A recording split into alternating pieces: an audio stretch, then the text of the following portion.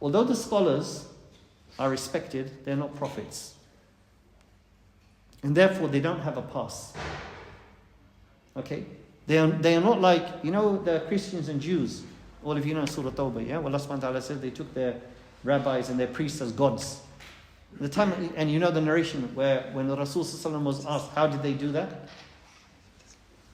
He said, did they not make halal what Allah subhanahu wa ta'ala made haram and make haram what Allah subhanahu wa ta'ala made halal? Like this, they are like gods. I.e., they assume the position of authority to make right and wrong, which is the right of Allah subhanahu wa ta'ala. That is what is being said. So therefore, they don't have a pass. And we, as Muslims, have a duty to account them for not doing this. And we don't have a pass either. You can't say, he's a scholar, I'm not a scholar. Because ignorance in Islam is a bliss. If you qualify to be an ignorant person, right, consider yourself lucky. Because any human being who has an education has the ability to understand and comprehend. He doesn't have the excuse of ignorance on the Day of Judgment. If he didn't hear anything, doesn't know, that's different. But anybody who hears it, he can't say, I didn't know.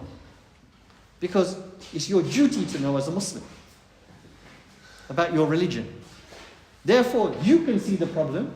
You can see how an enemy who's killing people, who's committing a genocide, can only be stopped by an army. Anybody can see that.